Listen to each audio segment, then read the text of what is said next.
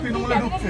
তিনি বলছেন যে মমতা সরকারে কি আমরা নিরাপদে আছি, উনি কোশ্চেন তুলছেন, সিদ্দিকুল্লাহ চৌধুরী কোশ্চেন তুলছেন। তো দম থাকলে পদত্যাগ করুন না, পদত্যাগ করে রাস্তায় বেরোন না, নামুন না।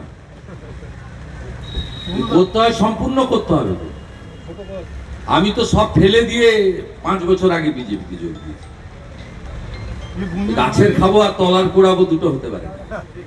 মমতার পুলিশকে নিয়ে ঘুরবো পাইলট কার নিয়ে, আর এ তো দর কষাকষি হচ্ছে। মন্তেশ্বরে আহমেদ বলছে আমি দাঁড়াবো, একে ভাগা, আর ও বলছে না আমি ছাড়বো না। আমার যতক্ষণ না দেহত্যাগ হবে আমি পদত্যাগে নেই। এই তো লড়াই।